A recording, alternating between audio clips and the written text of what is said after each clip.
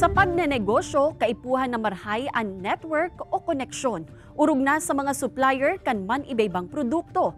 Kaya ang DTI Camarines Sur nagtaumanin oportunidad na makatransaksyon ang sari-sari store owners as in retailer owners sa mga partner supplier as in dealer.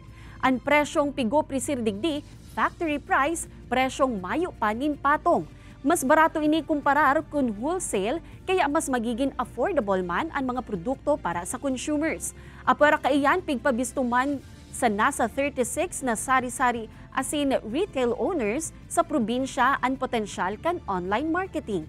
Kabali man sa pig-introduce sa inda ang sarong online delivery app na pwedeng magamit para sa mas mahiwas na pagnenegosyo. Pwede po pala magamit ang social media, ma-promote ang sa mga tindahan.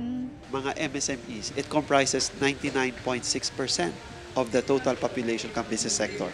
Pero pag pighiling taman sa type of businesses, ang majority kaya yaon sa retailing.